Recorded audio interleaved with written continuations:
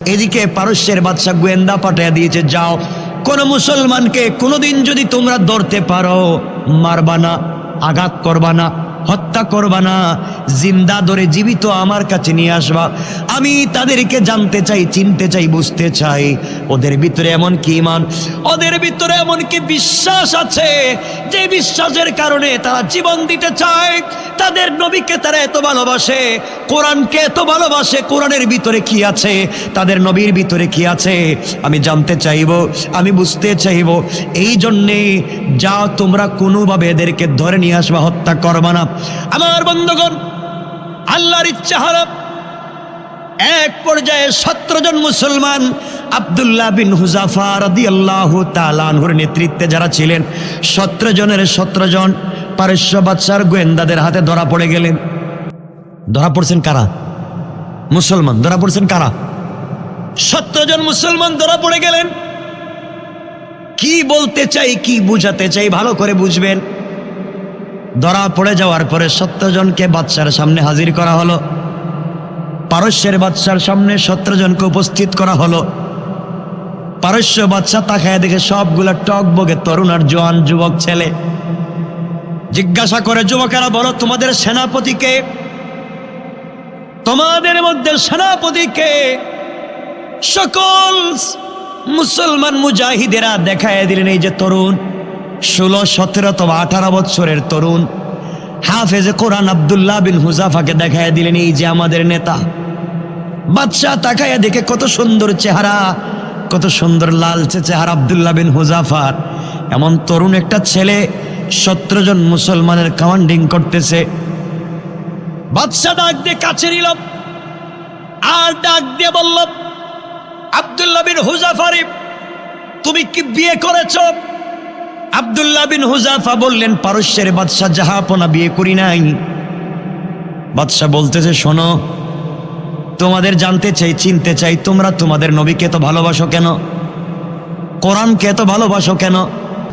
আমার বন্ধুগণ, আব্দুল্লাহ বিন হুযাফাকে প্রথম প্রস্তাব দিয়েছে বাদশা পারস্যের, বলো তোমাদের সবাইকে ছেড়ে দেব, তোমাদের নবী তো দুনিয়ায় নাই। কয়, হ্যাঁ নাই। তোমরা শুধু মনে মনে এই কথা চিন্তা করো, মনে মনে, বাস্তবে না। তোমাদের নবী নাই, তোমাদের নবী যদি বেঁচে থাকতেন আমি ওই জায়গায় ধরে আনতাম আর তোমাদের নবীকে শুলিতে চড়িয়ে দিতাম, বেত্রাঘাত করতাম, তোমাদের কেমন লাগতো? তোমরা শুধু বলো এই কথা, আমরা সহ্য করব, কোনো জবাব দিব না। আব্দুল্লাহ বিন হুযাফা দাঁড়াইয়া ডাক দিয়ে বলেন, পারস্যের বাদশা শোনো, বিশ্বনবীর বিরুদ্ধে একটা কথাও জবান দিয়ে বলবা না। যে জিহ্বা দিয়া বলেছো তোমার দেশে, তোমার ঘরে, তোমার কাছে বন্দী হতে পারি, আমার আল্লাহ বন্দী না। এমন লাথি তোমার বুকে দিতে পারি এই জমিন থেকে 100 গজ মাটির নিচে চলে যাইতে পারো। কোন সুবহানাল্লাহ। বাদশা কয়, আমার সামনে দাঁড়াইয়া আমার লাথি দেব? কি পাওয়ার, কি ক্ষমতা! অথচ তারা বন্দী। শুধুমাত্র স্পিরিট। কিসের স্পিরিট? কথা বলেন না, ঈমানের স্পিরিট। আমার বন্ধুগণ, বাদশা বলল, আব্দুল্লাহ রে, এখন দেখেন লোভ দেখায়, লোভ। আমাদেরকে যদি লোভ দেখাইতো, আরে বাবা। আব্দুল্লাহকে বলছে, আব্দুল্লাহ রে, তুমি যদি ইসলাম ধর্ম ছেড়ে দাও, খ্রিস্টান ধর্ম গ্রহণ করো, তোমাকে 2টা পুরস্কার দিব। 1 নাম্বার পুরস্কার, আমার দেশ অর্ধেক তোমার নামে লিখে দিব, বিনিময়ে তুমি কালেমাটা ছেড়ে দাও। 2 নম্বর পুরস্কার, আমার একটা সুন্দরী মেয়ে আছে, এই মেয়েটাকে তোমার কাছে বিয়ে দিব, তুমি ইসলাম ছেড়ে দাও। আর বললেন, নিমক হারাম বাদশা, শোনো, তুমি আমাকে বলছো তোমার দেশের অর্ধেক আমাকে দিয়ে দিবে, তোমার মেয়েকে আমার কাছে বিয়ে দিবে, তাহলে আমার অপিনিয়নটা শোনো। ও পারস্যের বাদশা, তুমি যদি পৃথিবীর পূর্ব থেকে পশ্চিম, উত্তর থেকে দক্ষিণ গোটা দুনিয়া রেজিস্ট্রি করে আমার হাতে উঠাইয়া দাও, আর এক হাতে আসমানের চন্দ্র সূর্য উঠাইয়া দাও, আমি কথা দিলাম গোটা দুনিয়া লাথি মেরে ফেলে দিতে পারি, চন্দ্র সূর্যকে ফেলে দিতে পারি, 1 সেকেন্ডের জন্য ইসলামকে ছেড়ে দিতে পারি না। আল্লাহু আকবার। বাদশা চিন্তা করে, কি ঈমান! এত বড় অফার দেওয়ার পরেও দিন ছাড়তে চায় না। আমার বন্ধুগণ, এবার পারস্যের বাদশা সবাইকে পরামর্শ করল, কি করা যায়? ওদেরকে এত বড় পাওয়ার দিলাম, এত বড় জিনিস অফার দিতে চাইলাম, নিতে চায় না, দিন ছাড়তে চায় না। সবাই পরামর্শ দিল, বাদশা একটা কাজ করেন, এরা তো জোয়ান মানুষ, যৌবন আছে, প্রত্যেককে এক একটা ঘরের ভিতরে বন্দি করে বিশ্ব সুন্দরী মেয়েদেরকে টাকার বিনিময়ে কিনে এনে অর্ধ উলঙ্গ করে, অলংকার জেওর অর্নামের জুয়েলারি পরে ডিজাইন করে স্টাইলিস্ট করে ঘরের ভিতরে ঢুকাইয়া দেন, আর বলে দেন কোনোভাবেই যদি আব্দুল্লাহ বিন হুযাফার মতো ছেলেদের চরিত্র নষ্ট করতে পারে তাহলে যা চাইবে তাই দেওয়া হবে। আমার বন্ধুগণ, 3 নম্বরে সকল মুসলমানদেরকে এক একটা রুমের ভিতরে বন্দি করে রাখা হলো। লম্বা কথা সংক্ষেপ করে বলি, এক পর্যায়ে গভীর রাত্রে বাদশা বিশ্ব সুন্দরী মেয়েদেরকে টাকার বিনিময়ে কিনে এনে সুন্দর করে সাজিয়ে অর্নামেন্ট জুয়েলারি দিয়ে সুন্দর করে ডিজাইন করে আব্দুল্লাহ বিন হুযাফার রুমের ভিতরে ঢুকায় দিয়েছে, আর বলেছে, শোন রে, তুই তোর যৌবন দিয়া, আকর্ষণ দিয়া কোনোভাবে যদি আব্দুল্লাহর মন গলাতে পারিস আর তার সাথে জেনা করে চরিত্র নষ্ট করতে পারিস, তুই যা চাইবে তাই তোকে আমি দেব। আমার বন্ধুগণ, বিশ্ব সুন্দরী মেয়ে বলছে, বাচ্চা যাবো না, এটা তো আমাদের ওয়ান টুর ব্যাপার, কোনো ব্যাপারই না। দেখেন ইমান, দেখেন। আমার বন্ধুগণ, আব্দুল্লাহ বিন হুযাফার রুমে গভীর রাত্রে আব্দুল্লাহ বিন হুযাফা রাদিয়াল্লাহু তাআলা আনহু রুমের ভিতরে আছেন। সুন্দরী মেয়ে অর্ধ উলঙ্গ, অর্নামেন্ট জুয়েলারি পরে ঘরের ভিতরে প্রবেশ করেছে। প্রবেশ করে তাকাইয়া দেখে এই নওজোয়ান তরুণ যুবকটা আল্লাহর কদমে সেজদায় পড়ে আছে। আল্লাহু আকবার, নামাজ পড়তেছেন। মহিলা চিন্তা করেছে, তুমি তোমার নামাজ পড়ো, কত নামাজের নামাজ নষ্ট করেছি, কত পীরের পীরাকি নষ্ট করেছি, আর তুমি নামাজ পড়তেছো আমি মেয়ের সামনে। এই কথা বলে হযরত আব্দুল্লাহ বিন হুযাফার চতুর্দিকটা ঘোরাঘুরি করলো, বুঝাতে চাইলো ঘরে এসেছি। বিশ্ব সুন্দরী মেয়ে, এই মেয়েটাকে কয়েকশো কোটি টাকা দিয়ে পাওয়া যাবে না, তুমি দেখো আমার যৌবনের দিকে তাকাও, বডির দিকে তাকাও। চিৎকার করতে লাগলো। আব্দুল্লাহ বিন হুযাফা আল্লাহর কদমে সিজদায় পড়ে কান্দে আর বলে, আল্লাহ তাআলা, জীবন চলে যেতে পারে, যৌবন চলে যেতে পারে, মাথাটা দিয়ে দিতে পারি, কিন্তু একটা মিনিটের জন্য ঈমান বিক্রি করতে পারি না।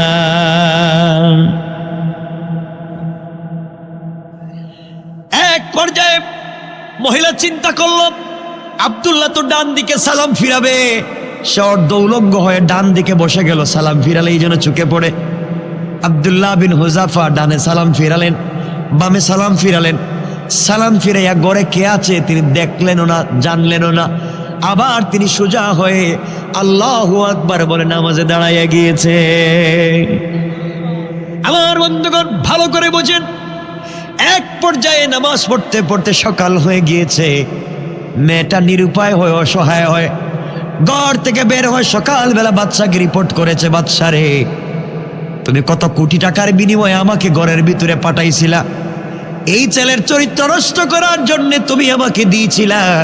আমি যতক্ষণ ছিলাম এটা মানুষ না ফেরেশতা বুঝতে পারি নাই।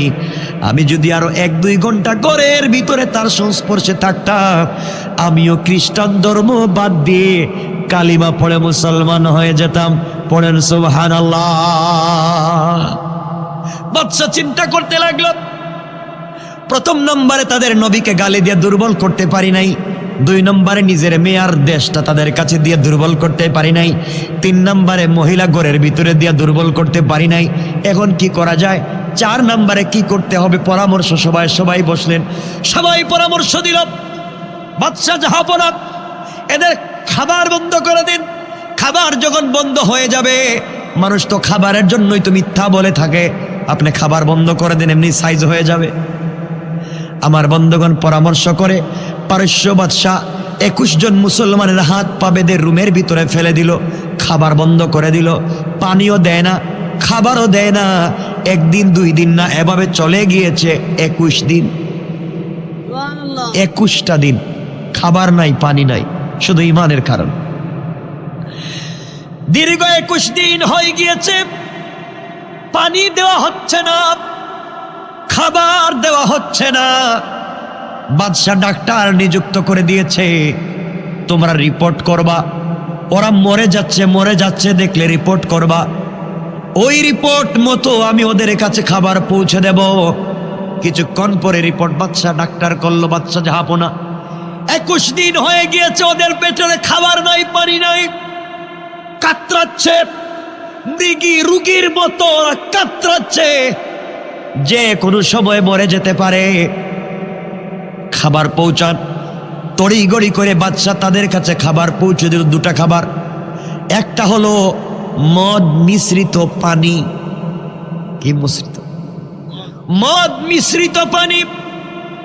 আরেকটা হলো শুকরের গোশত বুনা। আমাকে বলেন, শুকর হালাল না হারাম? মদ হালাল না হারাম? উদ্দেশ্য হলো তোমাদেরকে তো খাবার দেইনি, এখন দেখবো তারা জীবন বাঁচাও, জান বাঁচাও না জান দেও। আমার বন্ধুগণ, 21 জনের সামনে 21টা গ্লাসে মদ মিশ্রিত পানি, 21টা প্লেটে শুকরের বোনা গোশত হাজির করে দিয়েছে। বাদশা বলেছে, শোনো, ওদেরকে বলে দিবা মদ দিয়েছি আর শুকরের গোশত দিয়েছি, দেখো তো কি করে। এক পর্যায়ে সামনে যখন পৌঁছে দেওয়া হয়েছে,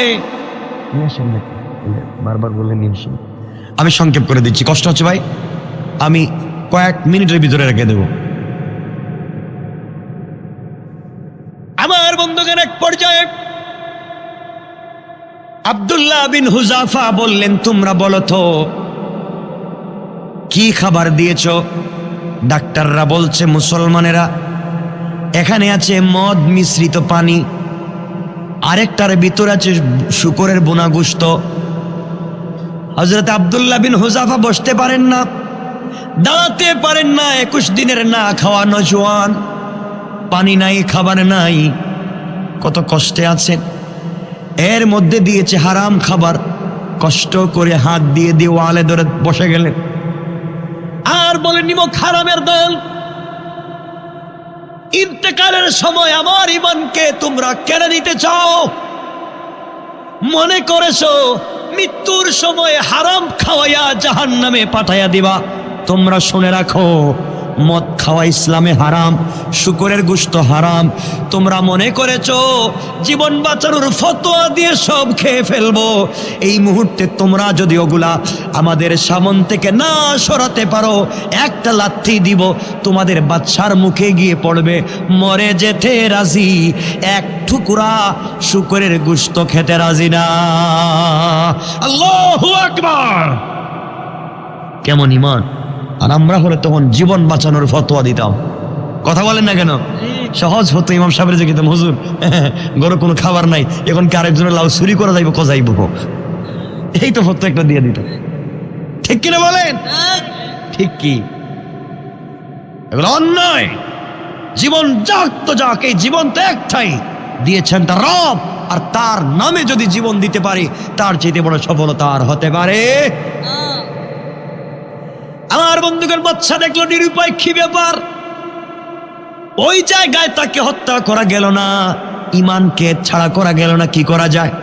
5 নম্বর, সবাইকে নিয়ে অধিবেশন বসলো, সবাই পরামর্শ দিল। বাদশা এদের সবাইকে 17টা ফাঁসির দড়ি লাগাইয়া সবগুলাকে হত্যা করেন। 17টা ফাঁসির দড়ি শুলি চড়ানো হল, 17টা দড়ি লাগানো হল। 17 জন মুসলমানের হাত পা বাঁধা হচ্ছে। এত কষ্ট দিচ্ছে কেন? শুধুমাত্র ঈমানের কারণে কেন? আল্লাহ আসেননি? কথা বলেন। আমার বন্ধুগণ, সর্বপ্রথম তাদের সেনাপতি আব্দুল্লাহ বিন হুজাফার হাত পা বাঁধল, শুলিতে চড়ানোর জন্য শুলিতে উঠাচ্ছে। বাদশা মনে করেছে ফাঁসির দড়ি দেখবার পরে যত বড় দিলের মানুষ হোক, দুর্বল হয়ে যাবে, ইসলাম ছেড়ে দেবে, দিন ছেড়ে দেবে। আব্দুল্লাহ বিন হুজাফা রাদিয়াল্লাহু তাআলা আনহুকে যখন শুলিতে চড়ানো হবে, হাত পা বাঁধা হচ্ছে, গলায় রশ্মি লাগিয়ে দেওয়া হচ্ছে, তিনি মুস্কি মুস্কি হাসতেছে। সুবহানাল্লাহ বললেন না? চিৎকার করে পড়েন আল্লাহু আকবার। বাদশা চিন্তা করে, ব্যাপার কি?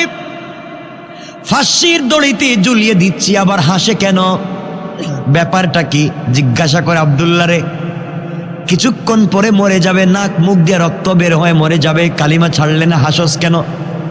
আব্দুল্লাহ ডেকে ডেকে বলতে, বাদশা রে, তোর মতো আহাম্মকার বেওকুফ আর নাই, যে আল্লাহর জন্য এতদিন কষ্ট করেছি, যে রসুলের জন্য এতদিন কষ্ট করেছি, আমাকে যদি এই মুহূর্তে দড়িতে ঝুলাইয়া ফাঁসি দেও, ফাঁসি দেওয়ার সাথে সাথে আমি আমার বন্ধু আল্লাহর সঙ্গে মুহূর্তেই মিশে যেতে পারি। কোন সুবহানাল্লাহ। আমার জন্য আমার বিশ্ব নবী অপেক্ষা করতেছেন, আল্লাহ অপেক্ষা করতেছেন। আমি তো মরে গেলেই বাঁচলাম।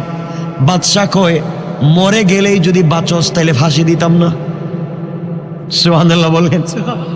কয়রা মরে যাচ্ছে ফাঁসিতে ঝুলে, এরপরেও মরে না, হাসে। এরা কি জাত চিন্তা করেন। এরাই তো আমরা, এরাই তো আমরা। আজকে ভয় ভীতি দেখিয়ে দুনিয়ার মুসলমানদেরকে ভয় ভীতি দেখিয়ে তাদেরকে নির্মূল করা যাবে না, ঠিক কিনা বলেন? আমার বন্ধুগণ, এক পর্যায়ে বাদশা বললে, 5 নম্বরটা কাজ হয় নাই, এদেরকে ফাঁসিতে ঝুলিয়ে মারা যায় নাই, এখন কি করা যায়? 6 নম্বরে স্যার একটা কাজ করেন, 17টা গর্ত খনন করেন, আগুন জ্বালান, ডেক বসান, তেল দেন, টকবক করে উতরাবে, আর দইরা দইরা এখানে ছেড়ে দিবেন। দেখতেছেন কত কষ্ট। আমার মুসলমান বন্ধুদের, এক পর্যায়ে 17টা ডেক তৈরি করা হলো।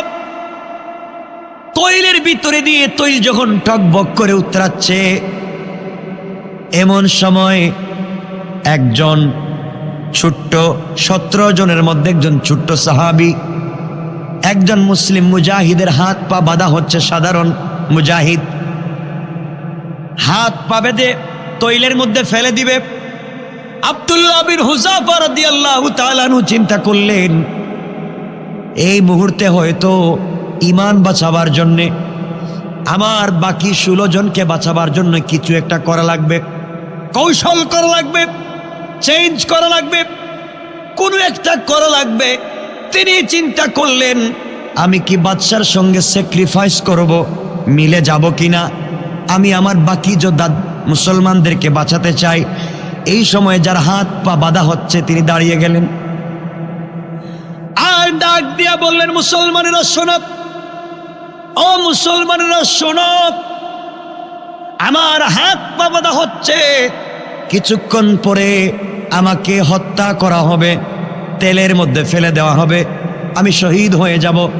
তোমরা এই জন্যে ভয় পাচ্ছ, তোমরা মনে করতেছ হয়তো আমি ভয় পেয়ে যাচ্ছি, আমার জীবনের জন্যে তোমরা ভয় পাচ্ছ, কি করবে না করবে শোনো। মুসলমানেরা শোনো, আমি গতকাল রজনীতে স্বপ্নে দেখেছি বিশ্ব নবী আমার কপালে চুম্বন করে বলেছেন, আমার সাহাবী টেনশন করিস না, বিপদে পড়ে গেলে কান্দিস না, আগামীকালকে তৈলের মধ্যে দিয়ে তোকে যদি হত্যা করা হয়, তৈলে দিতে দেরি হবে, আমার কাছে জান্নাতে আসতে দেরি হবে না। পড়েন সুবহানাল্লাহ, আল্লাহু আকবার। রাখো। আমার বন্ধুদের, এক পর্যায়ে এই মুসলমান বলতেছেন, আব্দুল্লাহ বিন হুযাফা, ঈমানের জন্য জীবন বিসর্জন দিতে পারি, কিন্তু জীবন বাঁচানোর জন্য ঈমান বিসর্জন দিতে পারি। কথা বলেন না কেন? ঈমানের জন্য জীবন বিসর্জন দিতে পারি না। এই কথা বলবার পরে আব্দুল্লাহ বিন হুযাফা বলছেন, কি করব তাহলে বলো?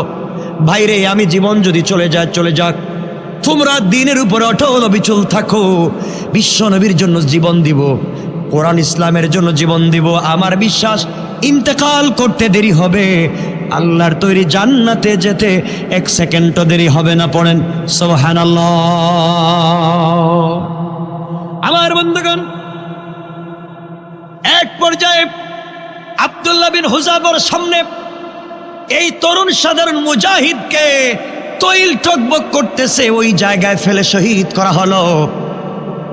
জীবন দিয়ে দিলেন, টকবক করা তৈলের মধ্যে ফেলে পুড়িয়ে তাকে হত্যা করা দিলেন, কিন্তু ঈমানকে বিসর্জন দিলেন না, জীবন বিসর্জন করলেন। এবার আব্দুল্লাহ বিন হুযাফার পালা, হাত পা বাঁধা হচ্ছে আব্দুল্লাহ বিন হুযাফার। এবার আব্দুল্লাহ বিন হুযাফার হাত পা বেঁধে যখন তৈলের কাছে নিয়ে যাওয়া হচ্ছে, আব্দুল্লাহ বিন হুযাফার চোখ থেকে পানি পড়তেছে, গাল বেয়ে বেয়ে পানিগুলা দাঁড়ে ভিজে ভিজে জামায় পড়ে যায়। সাহাবায়ে কেরাম চিন্তা করলেন আব্দুল্লাহ বিন হুযাফা কান্দেন। এবার পারস্যের বাদশা বলতেছে, আব্দুল্লাহ বুঝতে পেরেছি, এতদিন বাহাদুরি দেখিয়েছো, এই করবা সেই করবা, তোমার সামনে তোমার বন্ধুকে যখন আমি তৈলের মধ্যে দিয়ে হত্যা করেছি, জীবন চলে গেছে দেখবার পরে ভয় পেয়েছ, এই জন্য চোখের পানি ছেড়ে কাঁদতেছ। হ্যাঁ বুঝতেছি, জীবন তো তার নাম, এখন তোমার পালা। আব্দুল্লাহ বিন হুযাফা ঘুরে গেলেন আর দাঁড়িয়ে বলেন, নিমক হারাম বাদশা জালেম, আমি আমার জীবন চলে যাচ্ছে এই জন্যে কান্দি না, আমি মরে যাব এই জন্যে কান্না করি না, আমি কান্না করতেছি তুমি আমার মস্ত বড় ক্ষতি করে ফেলেছ এই জন্যে কান্দি। পারস্যের বাদশা বলছে, আমি আবার কি ক্ষতি করলাম তোমার? আব্দুল্লাহ বিন হুযাফা বলছেন, যেই ক্ষতি করছো অপূরণীয় ক্ষতি। কি আমি এমন ক্ষতি করছি তুমি আমাকে বলো। আব্দুল্লাহ বিন হুযাফা বললেন, বাদশারে, তুমি যেই বন্ধুটাকে এই মুহূর্তে তৈলের মধ্যে ফেলে হত্যা করেছো, সে আর আমি দুইজন ছিলাম বাস্তব লাইফে বন্ধু। আমাদের 10 বছরের বন্ধুত্বের জীবনে সারা জিন্দগি প্রতিযোগিতা করেছি, সকল প্রতিযোগিতায় আমি ফার্স্ট হয়েছি। ও আমার আগে এক্সপার্ট, ফার্স্ট হতে পারে নাই, ও সেকেন্ড ছিল। ও যদি 1 ঘন্টা আল্লাহর রাস্তায় জিহাদ করত, আমি 2 ঘন্টা জিহাদ করতাম। ও যদি 2 রাকাত নামাজ পড়তো, আমি 4 রাকাত পড়তাম। ও 1 টাকা আল্লাহর রাস্তা দান করলে 2 টাকা দিতাম। এক কথায় দিনের রাস্তায় প্রতিযোগিতায় সব সময় তার আগে আমি ফার্স্ট ছিলাম। কিন্তু জীবন দিয়ে জান্নাত ক্রয় করার প্রতিযোগিতায় আমার বন্ধু আমার আগে ফার্স্ট হয়ে গেল। তুমি আমার আগে আমার বন্ধুকে তৈলের মধ্যে ফেলে দিয়া আমার আগে তাকে জান্নাতে পৌঁছে দিয়েছো। আমার দিলের ব্যথা, আমার বন্ধু এতক্ষণে জান্নাতে পৌঁছে গিয়েছে, প্রতিযোগিতায় ফার্স্ট হয়ে গিয়েছে, আমি নিমক হারামের মতো দুনিয়ায় বেঁচে আছি, বাইরে কান্না করি।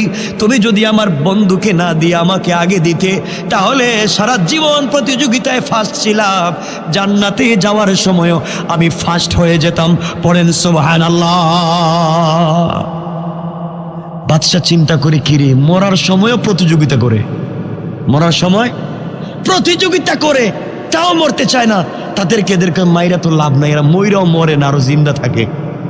এই কথা আমার আল্লাহ আমার তেলাওয়াত আয়াতে বলছেন, ইন্না কাইদাশ শাইতানি কানা দাঈফা। কাফের বেঈমানেরা যত কৌশল করে, সবগুলা কৌশল আমি আল্লাহর কাছে বড়ই দুর্বল। পড়েন সুবহানাল্লাহ, আল্লাহু আকবার।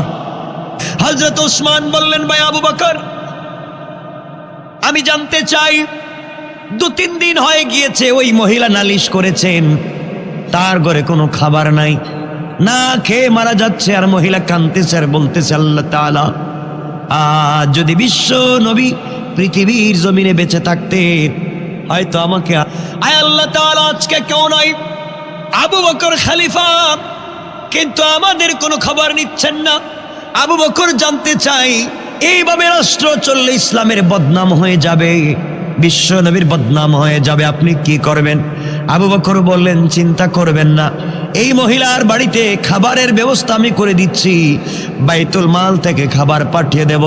ওসমান বললেন, ভাই, খাবার পাঠিয়ে দিলেই তো হবে না, ওই মহিলা চুকে দেখেন না, এই মহিলার জন্য খাবার রান্না করার লোক লাগবে, এই মহিলার ঘর ঝাড়ু দেওয়ার মতো লোক লাগবে, এই মহিলার রান্না করে দেওয়ার মতো লোক লাগবে, এই মহিলার খিদমত করবার মতো লোক লাগবে। আমি জানতে চাই, রাষ্ট্রের কি উচিত না একজন নাগরিকের সুব্যবস্থা করে দেওয়া? একজন নাগরিক যদি না খেয়ে মারা যায়, ইসলামী রাষ্ট্রের বদনাম হবে। আমি জানতে চাই, খাবার দিলে হবে না, ওই মহিলার পূর্ণাঙ্গ সকল সমস্যার সমাধান করে দিতে হবে। আবু বকর দাঁড়িয়ে বললেন, ভাই ওসমান রে, আমি ওই মহিলার বাড়িতে বাইতুল মাল থেকে খাবারের ব্যবস্থা করতে পারি, কিন্তু মহিলার বাড়িতে কোনো খাদেম দেওয়ার মতো কাজ তো আমার না। আমি খাদেম কোথায় পাবো? নতুন রাষ্ট্রপতি হলাম, কেমনি ওই মহিলার বাড়িতে খাদেম পাঠাইয়া দেব? খাদেম কোথায় পাই? কর্মচারী কোথায় পাই? ওই সময় জায়গার মধ্যে বসা ছিলেন প্রধান বিচারপতি হযরতে ওমর। ওই জায়গার মধ্যে বসে দাঁড়িয়ে গেলেন আর ডেকে বললেন, খলিফাতুল মুসলিমিন আমিরুল মুমিনিন হযরতে আবু বকর, বেয়াদবি যদি না নেন মাফ করবেন। বেয়াদবি, ওই মহিলার বাড়িতে খাদেমের প্রয়োজন রয়েছে, খাদেম খুঁজে পাচ্ছেন না। আমি অমর স্বেচ্ছায় বিনা পারিশ্রমিকে ওই মহিলার বাড়ির খাদেম হতে চাই। আল্লাহু আকবার বলেন। একজন প্রধান বিচারপতি, আর বাংলাদেশের সাবেক প্রধান বিচারপতির উপরে আজকে দেখলাম 11 বছরের কারাদণ্ড। কতক্ষণ না কেন, কয় বছরের? 11 বছরের কারাদণ্ড রয়েছে।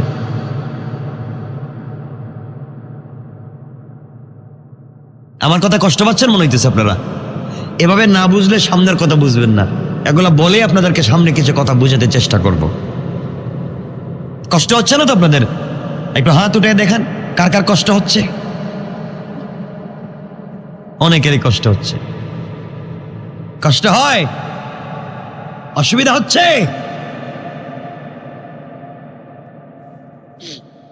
আপনারা বসে আছেন, ভাল লাগতেছে। যদি উঠাউঠি করেন তাহলেই কষ্ট লাগবে। আমার মুসলমান বন্ধুগণ, যা বলতে চাই,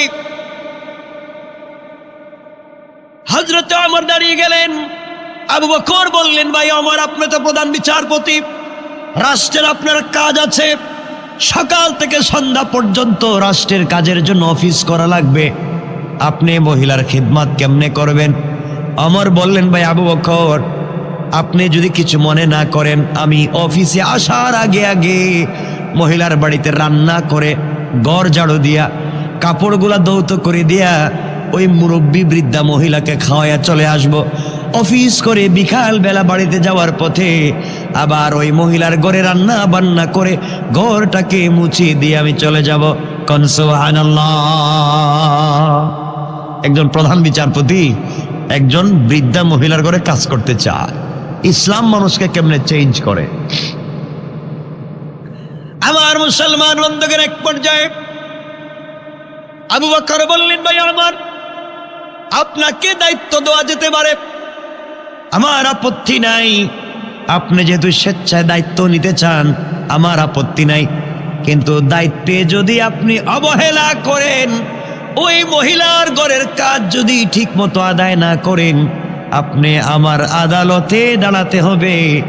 আর কোনো কথা ছাড়া আল্লাহর কাঠগড়ায় আপনার বিরুদ্ধে নালিশ দাঁড় করাইয়া দিব। কোন সুবহানাল্লাহ। আবু বকর বললেন, মনে থাকে জানি কথাগুলো। ওমর বললেন, ভাই আবু বকর, মনে রাখবো। এভাবেই চলতে লাগলেন। সকালবেলা পরের দিন থেকে কাজ শুরু করার কথা। হযরতে ওমর পরের দিন সকালবেলা ফজরের সালাত আদায় করে মসজিদে নববীতে ফজরের সালাত আদায় করলেন। আবু বকরের পিছনে সালাত আদায় করে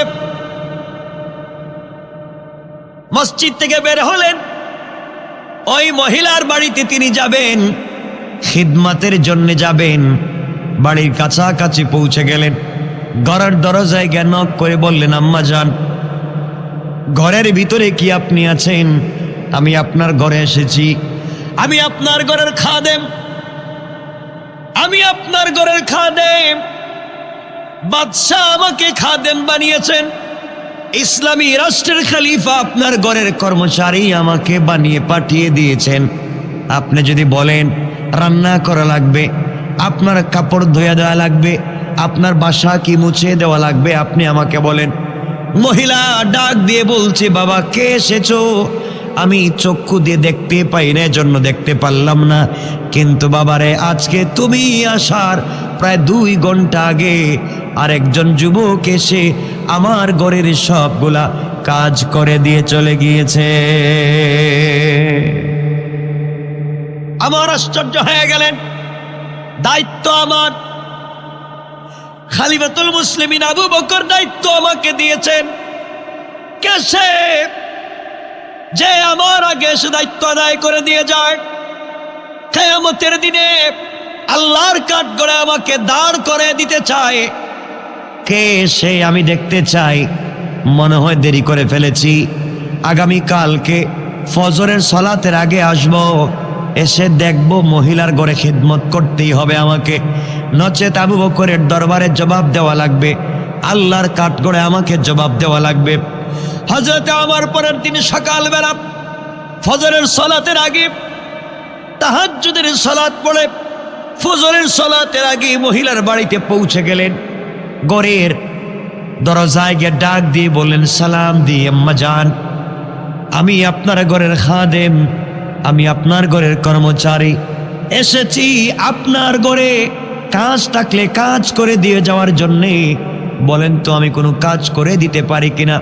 মহিলা ডাক দিয়ে বলতেছে, আব্বা জান, কে তোমাকে চিনতে পারলাম না, আজও তুমি আসতে দেরি করে ফেলেছো, তুমি আসার প্রায় 1 ঘন্টা আগে আরেকজন যুবক এসে আমার ঘরের সবগুলা কাজ করে দিয়ে চলে গিয়েছে। আবার আশ্চর্য হয়ে গেলেন, ব্যাপার কি, দায়িত্ব আমার, কে করে দিয়ে চলে যায়, কেন এই আবু বকরের সামনে আমাকে বেইজ্জত করতে চায়, আল্লাহর আদালতে আমাকে আসামি বানাতে চায়, কে সেই চালাক যুবক আমি জানতে চাই। চিন্তা করলেন আজকে রাত্রে আর ঘুমাবো না, তরবারি খুশমুক্ত করলেন, নাঙ্গা তরবারি হাতে নিলেন, আর বললেন আজকে আগে মহিলার বাড়িতে যাব, খিদমত করব, এরপরে সে তাহাজ্জুদের সালাত পড়ব। এক কথা রাত্র গভীরে পৌঁছে যাবেন, নাঙ্গা তরবারি হাতে নিয়ে চলতে লাগলেন। দীর্ঘক্ষণ চলবার পরে মহিলার বাড়ির কাছাকাছি পৌঁছে গেলেন। বাড়িতে যাওয়ার পরে মহিলার বাড়ির কাছা পর্যন্ত পৌঁছে গেলেন, গিয়ে দেখেন মিটমিট করে ঘরের ভিতর থেকে আলো জ্বলতেছে, লাইট জ্বলতেছে। মহিলার বাড়ির সামনে, দরজার সামনে, রাস্তার সামনে দাঁড়িয়ে গেলেন, দেখি তো আজকে কি করা যায়। ঘর থেকে কে বের হয়ে আসে, হযরতে ওমর তরবারি কুলে দাঁড়িয়ে আছেন। এমন সময় তাহাজ্জুদের সালাতের আগ মুহূর্তে হঠাৎ করে তিনি আশ্চর্য হয়ে গেলেন, কিংকর্তব্য বিমূঢ়। হঠাৎ করে অন্ধকারে দেখা যায় ওই ঘর থেকে দরজা খুলে মিটমিট আলোতে দেখা যায় একটা লোক, বুড়াও না, বৃদ্ধাও না, বৃদ্ধও না, জোয়ানও না, মধ্যম বয়সের একটা পুরুষ মানুষ ঘর থেকে আস্তে করে বের হয়ে চলে যায়। হযরত ওমর বললেন, যুবক, কে তুমি দাঁড়িয়ে যাও, কে যুবক তুমি দাঁড়িয়ে যাও, আমার তরবারির আঘাত থেকে নিজেকে বাঁচাতে পারবে না, আমি আমার নাঙ্গা তরবারি নিয়ে দাঁড়িয়েছি, তুমি যদি না দাও, আমার কথা না শোনো, শরীর থেকে মাথাকে আলাদা করে দেব। আবু বকর যে দায়িত্ব দিয়েছে, ইসলামী রাষ্ট্র আমাকে যে দায়িত্ব দিয়েছে, ওই দায়িত্ব তুমি আগে আদায় করে আমাকে বিপদে ফেলে যাচ্ছ, কে তুমি দাঁড়িয়ে যাও, নচেত তোমাকে আঘাত করবো, হাত উঠে সারেন্ডার হও। আমার আওয়াজ শুনে ওই যুবক হাত উঠে রাখলেন, আমার সামনে সারেন্ডার হয়ে গেলেন। লাইট নাই, অন্ধকার, দেখা যায় না। আস্তে আস্তে করে ওমর তরবারি হাতে নিয়ে নাঙ্গা তরবারি নিলেন, যেন শরীর থেকে মাথা আলাদা করে দিবেন। কে সেই ভদ্রলোক? আস্তে আস্তে করে কাছে গেলেন। কাছে যাওয়ার পরে যখন সামনাসামনি দাঁড়াইয়া গেলেন, নিজেকে আর সামলিয়ে রাখতে পারলেন না, নিজেকে আর স্থির রাখতে পারলেন না। আল্লাহ বলে চিৎকার শুরু করে দিলেন। কাঁপতে কাঁপতে হাত থেকে তরবারি পড়ে গেল, চিৎকার করে কান্না শুরু করে দিলেন।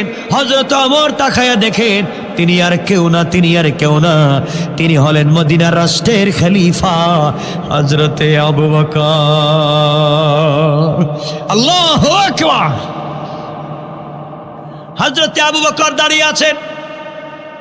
ভাই, হাত নামান, বেয়াদবি মাফ করবেন, আপনি না আমাকে দায়িত্ব দিয়েছেন, আপনি আমাকে দায়িত্ব দিয়েছেন এই বাড়িতে কাজ করবার জন্যে, কিন্তু আমার আগে আপনি আসেন কেন? কেনই বা কাজ করে দিয়ে চলে যান? আর রাত্রবেলা কেনই আপনাকে ওই বাড়ি থেকে বের হতে আমি দেখলাম?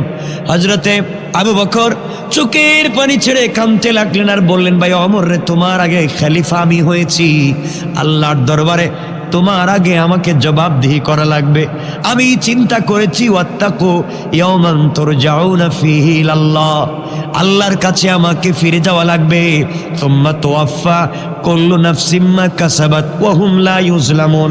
আল্লাহ বলেছেন গোটা জিন্দেগির কৃতকর্মের ফয়সালা ওই দিন হবে, জুলুম করা হবে না।